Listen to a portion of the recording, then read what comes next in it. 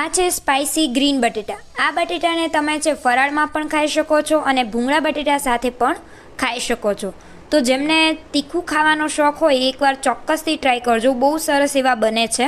આપણે સૌથી પહેલાં નાના બટેટા છે એને લઈ લઈશું, બાફી અને છાલ કાઢીને રાખ્યા છે. પછી એક મિક્સર જારની અંદર છે મરચાં, શિંગદાણા, કોથમરી અને એક બટેટું લેવાનું છે જેનાથી આપણી ગ્રેવી છે એ જાડી બનશે.